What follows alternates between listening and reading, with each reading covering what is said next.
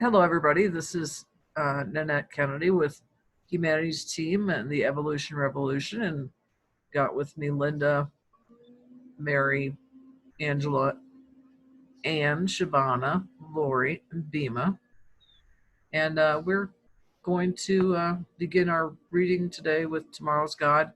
And I think, what happened? Linda, you just jumped around on my screen. I was That's all like, right. she I'm here. left. No, I didn't. Yeah. Anyway, you can go ahead and take it from here and we'll all start reading. Okay, so we are reading Tomorrow's God, Our Greatest Spiritual Challenge. We're in chapter 22. We're on page 347. We stopped when Neil said, "in other words," and so I'm going to read just the paragraph of God speaking right before that. So this is God.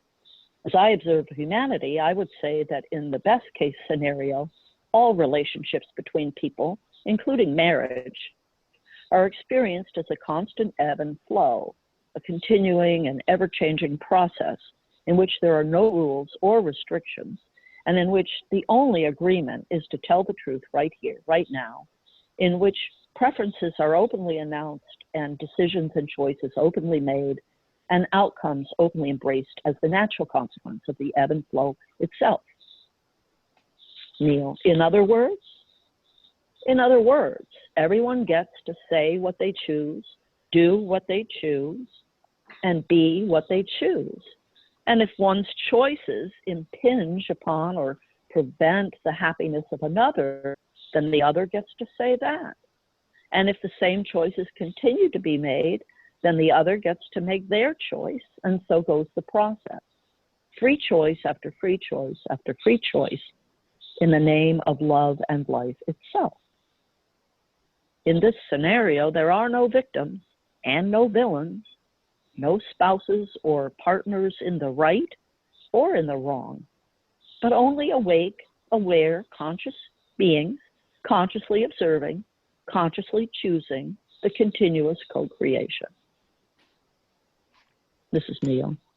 Doesn't sound very romantic. People want to believe that marriage means fidelity, being true to one person for the rest of one's life, and to love that person and only that person in an intimate way. You mean a sexual way? Yes, I mean a sexual way. And that to express love in a sexual way with any other person is to betray and deeply dishonor the first person. And that's a perfectly wonderful blueprint for marriage. Nothing that has been said here contradicts that. In fact, everything that has been said here supports that. This is Neil. But the scenario allows no freedom, at least no sexual freedom. God, on the contrary, it allows maximum sexual freedom. Neil, how so? The scenario says that to express love in a sexual way with any other person is to betray and deeply dishonor the first person. That doesn't sound like freedom to me. If that is the scenario you enter into freely, how is it not an expression of freedom? And if you remain in that scenario and abide by its agreements freely, how is that not an expression of freedom?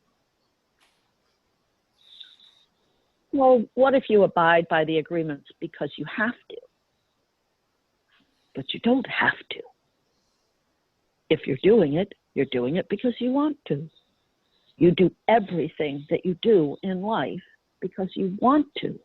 There is nothing that is not free choice.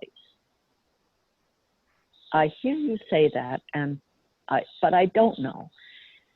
It still doesn't feel like freedom if I'm simply doing something because I don't want to lose a relationship. But that is freedom. You are making a free choice to stay in the relationship. You are noticing what it takes to do that, and you are freely doing it. When and where has your freedom been taken away from you?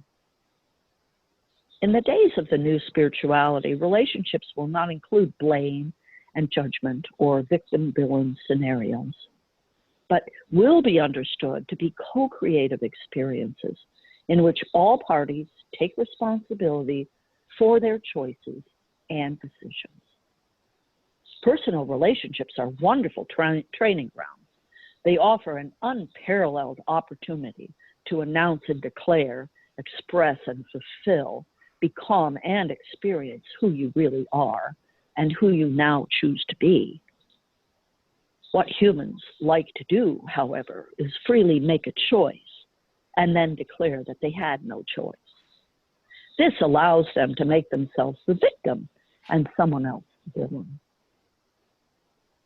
Well, there are scenarios where we can be victimized by someone else, placing choices before us that are not very happy either way.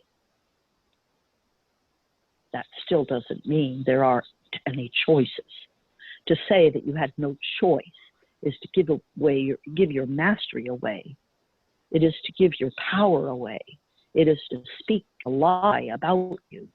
It is an act of forgetfulness. I don't know. That all sounds like just words to me sometimes. Sure, I have a choice, but if the choice is a rotten one either way, what kind of a choice is that? Mrs. God, it's the best choice of all. Life places you at the point of rotten choices when you are about to make an enormous breakthrough in your experience of who you are. Always remember that.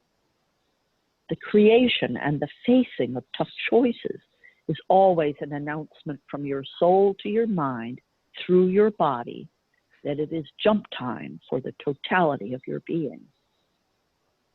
The truth is, your choices in moments such as these are not rotten. They are simply critical. You bring yourself to such critical choice points, perhaps 6 or 7 times a life.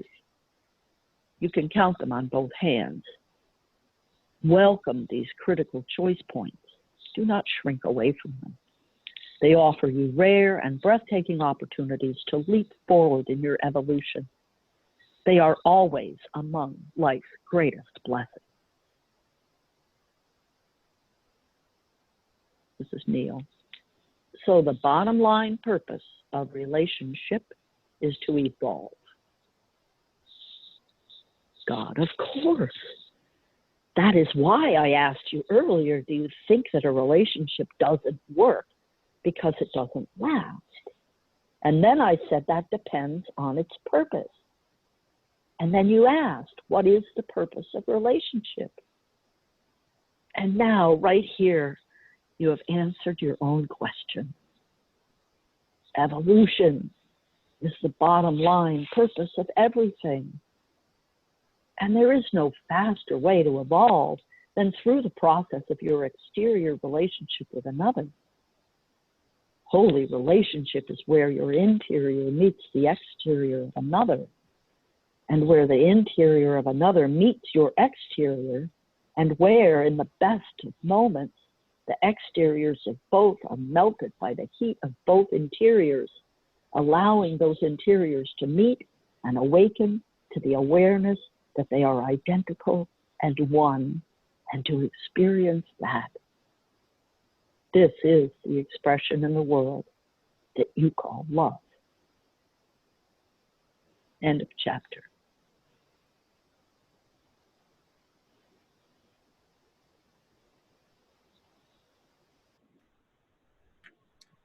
Would anybody like to start the conversation?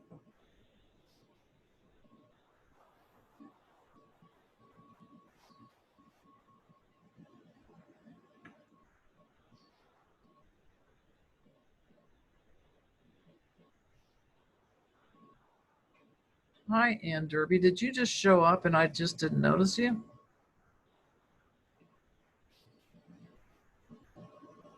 Yeah, I just showed up. Okay. Sorry to be late. No, that's all right. I thought, God, I did not see her.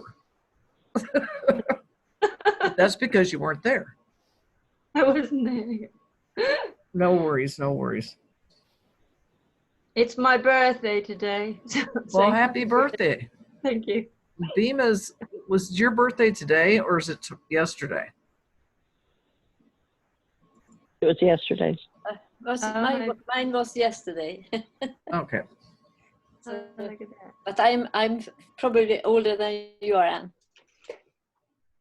I'm Are we- 65. Oh, I'm 74 Okay. yesterday. So we're getting we're getting on a bit.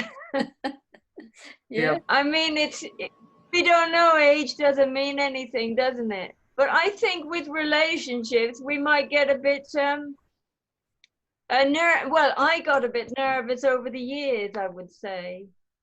You know, when you start off, you're younger and you think everything's going to be lovely and love's going to be most beautiful and everything's going to be wonderful. And then you It's- learn a few lessons. That's the truth. It sort of takes the shine off it.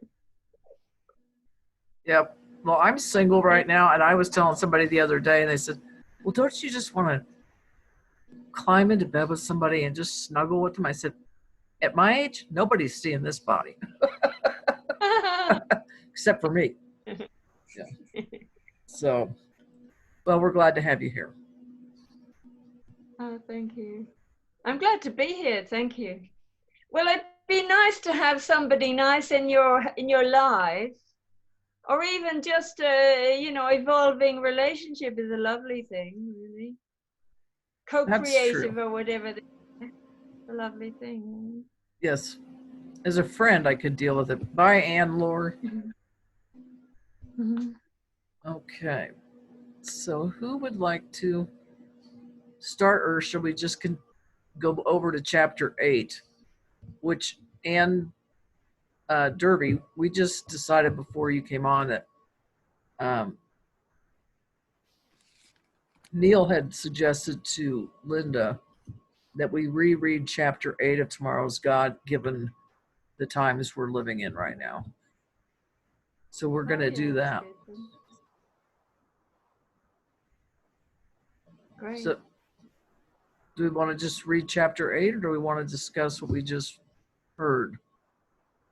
I just want to talk to Anne Derby for a minute. Okay.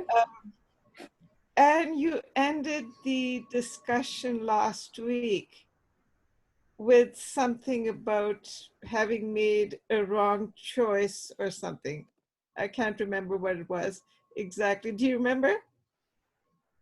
And I said, I kind of remember that we are responsible for because these are results. So we're responsible for the choices we make. It's not a judgment. These are our results. Look. So every choice we make, it started to feel very responsible somehow. You know what I mean? not exactly. If you could just explain a little further. So our choices are quite are important because we're responsible because we get results from whatever choices we make, which helps co-create, I suppose, not only our lives but perhaps what's going on around us and everything. But that's what I was saying. I hadn't realized the responsibility, actually.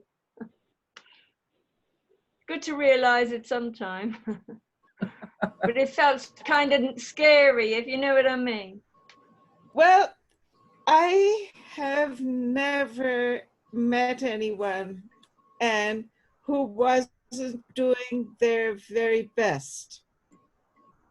And Nanette often quotes Neil as saying nobody does anything inappropriate given their model of the world. It's something like that, right? Yes. Yeah. So first of all, I've never seen anyone who was just perfect from beginning to end, like they never made a mistake. And secondly, I've never met anyone who pretended to be perfect. because You haven't watched U.S. television lately then, no, because that's our president. you know, Linda, you took all the joy out of my life. I used to get such a giggle out of Stephen Colbert and watch him on my computer. But when you said something about our humor has to be upgraded, I never found him funny anymore. So Oh, I'm yeah. used to that. And that used to be such a source of joy in my life. Like I would be in stitches. But now I can't laugh anymore. Because I've got compassion for him. That's me out there. And it's not very funny when I do idiot things. Oh, But you know, this chapter was just talking about that. It was talking about that whole idea that whenever you're making a choice, whenever you're doing it, you're making that choice. You have the freedom in that moment to make that choice. And yet so often we sit at home and feel like we're victims, and we're not. And that even Neil in this chapter, you know, struggles with, I don't know. It's hard for him to accept it, but it's critical to get to that understanding of that point. I suppose it's about feeling empowered, like in yourself. Feeling you know yourself well enough to be able to negotiate your way. I think in relationships you need to have a good, be quite. It's quite a thing, I think, to be evolved enough to handle a relationship well.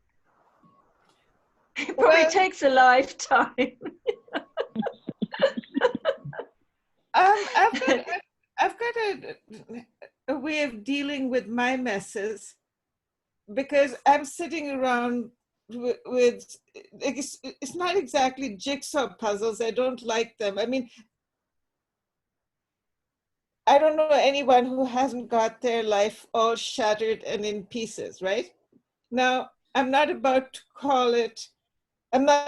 to be a victim, but I'm extremely creative. So I take all the shards, you know, and jigsaw puzzles get on my nerves. I've never been one to try to put together someone else's stupid photograph, you know, or picture of a work of art. Like, it just bothers me. But I can take broken pieces of glass and make a mosaic out of them. And I buy glue all the time. So there's my life in pieces, but it's awful fun to be creatively putting it back together, you know? It's like Humpty Dumpty coming back to life. I'll probably have a chicken somewhere soon, you know? Hatching out of the egg I put together. But that's probably then the solution, then, to be creative. The creative solution is kind of, maybe that's the answer to what I was asking last week. I was feeling, gosh, you know, I didn't know I had this much responsibility, and oh my goodness, I've been so unconscious, and, you know, like that sort of thing. But actually just the creative solution is the thing, which I suppose sometimes ends up in a child actually being born or something. Not just that. I was reading a book. I can't find it right here, but it's by a spiritual master who went from India to England in the late 19th century. So it's about 150 years ago that he did this. And what he said is that if you have the intention to create something good, then, I mean, the conventional wisdom is that children are born or marriages are, I don't know how to say it, like people bond in some way or new life is born. But what this spiritual master was saying is that our intention can create life, that something new can be born. And A Course in Miracles, Linda Pedia, just comment on this. In A Course in Miracles, we have unlimited power and unlimited peace in that order, okay? And we don't make things, we create. So when I'm putting the shards of my life together into a mosaic, I'm creating with my intention something beautiful and holy and whole, which will manifest in a new creation, which is me. That it's the intention that creates. Is that true, Linda? Yeah, it's intention. So there's Linda Pedia agreeing with me. Does that make sense, birthday lady? Yes. And Laura, you're muted. Okay. There you go. I just saw your lips moving. I also think that it has to do with motive, but intention, like when you're healing and stuff like that, your intention of what you set out is very important. I'm interested in what Aunt Debbie was going to say because her lips started moving before yours, Aunt Laura. Okay. I don't know if I was saying anything worthwhile. I don't know if I was saying anything worthwhile, really. Well, what I I suppose. yeah, I just want to know if you see, like, I was upset because I work on my own creative, unique, personal mosaic on a daily basis, right? So when you said that choices are bad, and I said to you, every bad choice is a good choice because that's what we came here for, is to screw up royally so we can alchemize. Like it's a requirement to mess up. Well, you know what brings to my mind this conversation is I've done a lot of reading over the past, however long it's been now, since the virus became to what it is right now. 3 weeks. What was that? 3 weeks, I think. And one of the things that I find very interesting is that creativity is something a lot of people are doing during this time. You guys would have cracked up because the other day I was busy taking the end of a toilet paper roll and peeling the cardboard so it came off looking like a piece of really stiff piece of toilet paper or strand of toilet paper. And on it I've written waste not, want not. And I'm going to be taking a picture and putting that on my Facebook page. And I thought, well, it's not like a museum piece. I had fun while I was creating it because it made me laugh. But I think the creativity in Mhm. all of us has gone up because, you know, we, in essence, we've been kind of forced to be put in that area. And Shabana, when you talk about the creativity on the one hand of not really liking the jigsaw puzzle, but then you kind of jumped over to this thing that you do with um, the glass. Wow. Um, it was like there's the creativity is still there. So you made that choice. You know, I can either do a jigsaw puzzle or I can do this other thing that I really enjoy more. And it shows you who you are, as Neil would say. Over. See, I this is don't my, this, yeah. go ahead, Shabana. I'm sorry, Linda, just so that you don't get me wrong. I mean, I don't actually have pieces of glass. I'm just visualizing the shattered pieces of my life. But when you were talking about the toilet paper, I was thinking that, like Solzhenitsyn, I should start writing a novel on it. I think we could have a TV show here. Go ahead, Linda, I'm sorry. Oh, and No, Biba. no problem. I was just going to say that this is like one of my things that I've always been waiting for was when are human beings going to figure out that all the things that Jesus could do are things that we could all do? And when are we going to stop just looking to him to solve everything and realize and believe and embody his instructions, which is that everything I can do, you can do better.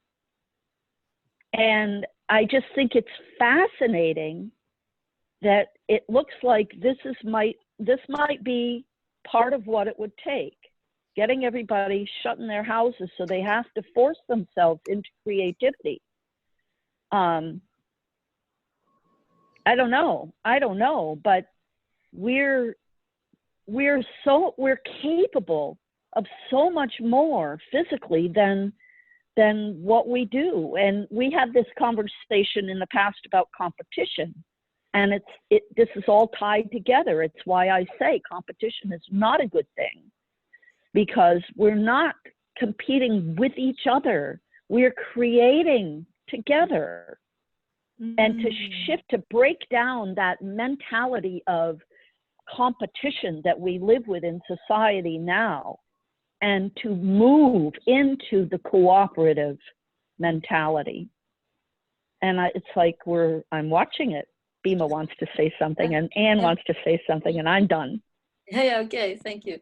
Yeah, that what I have found out is that the intuition and intention combined, that gives a creativity that unites. So if the intuition is very strong and the intention connected to that, it's not just mechanical doing and imitation, because that will be every unique. I think all the music that has come down from all, I mean, it's so fantastic things that have been created by artists and painters and so on during life, and written things. But for me, it is, if I am connected with my intuition and intention, then I know it will turn out to something good. And even if people don't meet it but do something else with it, okay, that was what I should learn.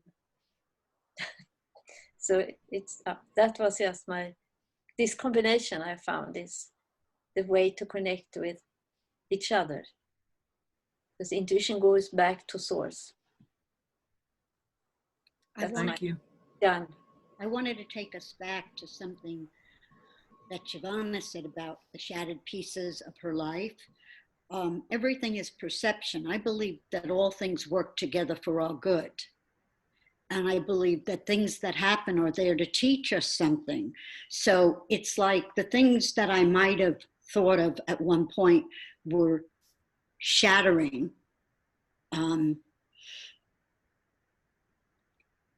Are also the gifts of my life, because it's from the stuff that didn't work out.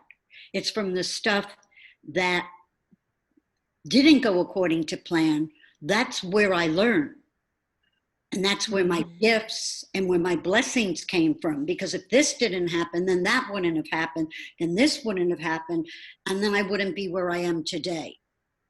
So everything lines up. So it's and I think that the reason that we make mistakes is so, I think God wants us to make mistakes so that we can go to him and ask for his forgiveness. We're not supposed to be perfect. And it's been said that if you didn't make any mistakes, then God might go to somebody else because they're asking for forgiveness for their mistakes.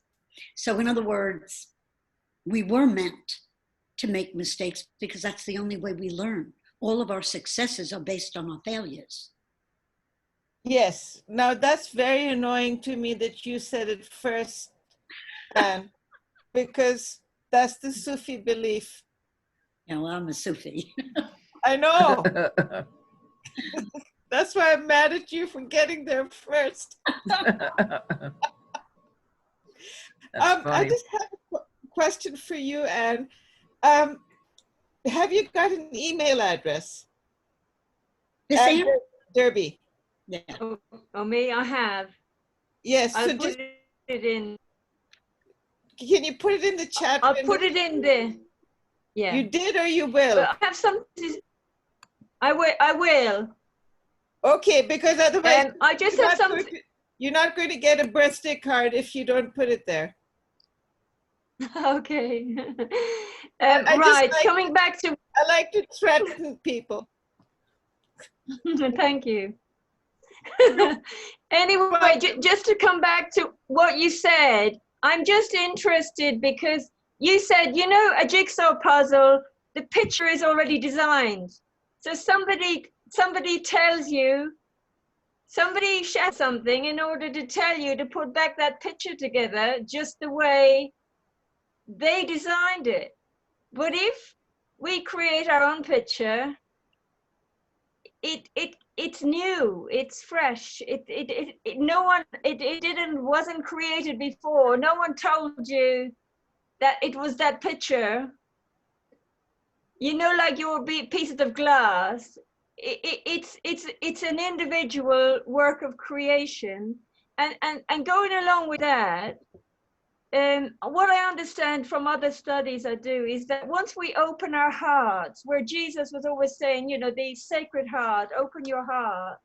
This is you know, can you imagine what will happen when this is just the, you know, when he says things are happening now and the sap is still in the plant, but what when they've dried out completely? So we have to open our hearts. But if you open your heart and you open the compassion, behind that comes the creativity. They all go, that is how it opens, that's how everything opens up. Isn't that marvelous? So that's why maybe relationships, you know, like if you feel loved, even if it never worked out that good, doesn't matter, you got that momentary idea that it was marvelous. It's transformative, isn't it? It is totally transformative, that feeling of the heart opening up. And I suppose just open up in any way it opens up. Yes, that's lovely. I just want to share with you something that I found exceedingly funny, at least a quarter century ago. There's a woman called Joyce Meyer. I don't know if anyone's familiar with her. She's a best-selling TV evangelist. And she said, you know, just raise your hand if you know who I'm talking about. Okay. You know her, Linda? I'm impressed. Anyway, I'm sorry, Anne, you would not know her. But Anne Derby, that is. But anyway, she was about as, according to what she says, like she was about as ugly as anyone could be, across the board. And she said that her husband married her because he said to God, please give me someone who really, really needs help.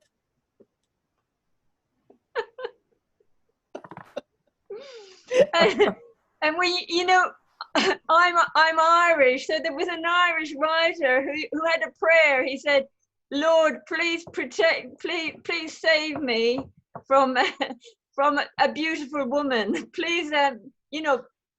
He said he really didn't want to have to be in love with a beautiful woman. That's what he didn't want in his life, which was funny, I thought, as well. It's interesting. All those things are interesting.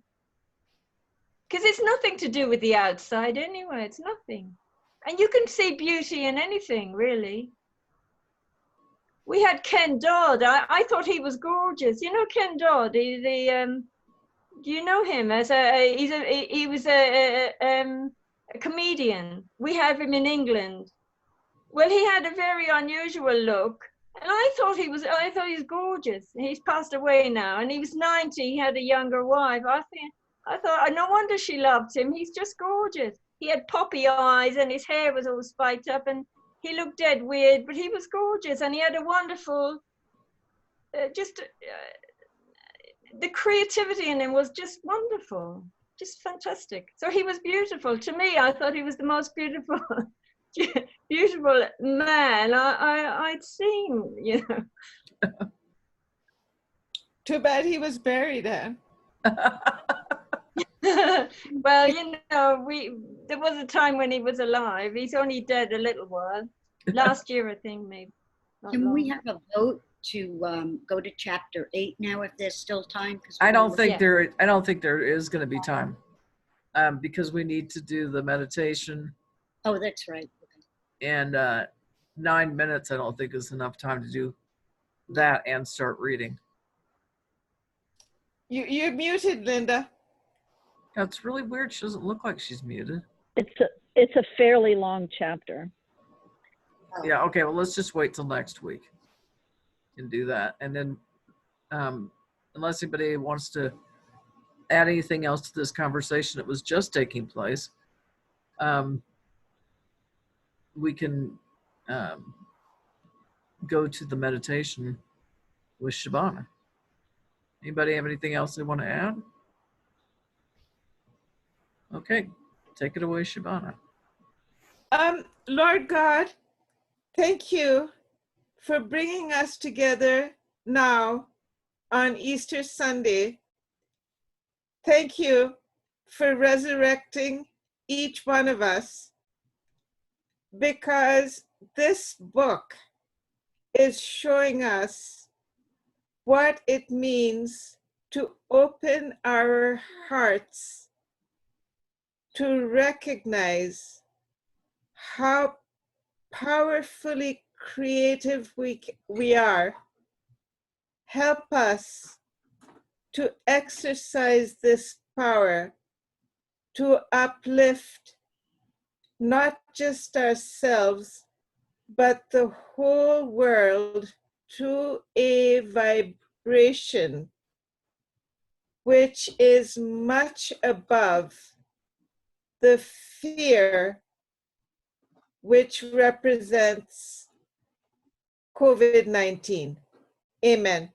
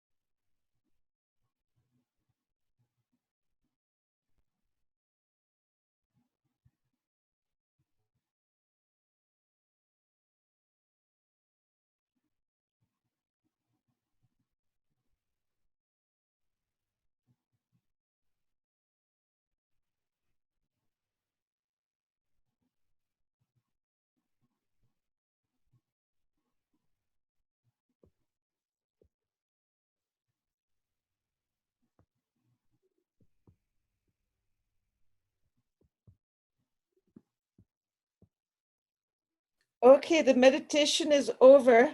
And now I guess Nanette's going to go back to writing the novel on the toilet paper sheets. You never know how long something like that can take. I Back thought, in the Nanette, you 70s. were going to use it like that. No, but you want to know something funny? They've got these housekeepers around here that come in and sweep your room and dust things off. And this, I didn't get it till today. Yesterday, she went into my bathroom and she came out looking kind of weird because I've left this hanging on the toilet paper roll that says waste not, want not. And I think she thought I was actually using that because she didn't put another roll of toilet paper on there. So anyway, I got a little laughter out of that. So anyway, well, anybody else? I'm just proud of you, Nanette. Well- Call it chapter 1 of your comedy I book. was just going to say that back in the 70s, I had a girlfriend that had moved. I was in San Francisco. She had moved to LA and was trying, I think she wanted to get into film or acting or something. Somehow she got a job at a dance hall, and but I really couldn't sort it all out, but I get letters that were written on toilet paper in the mail.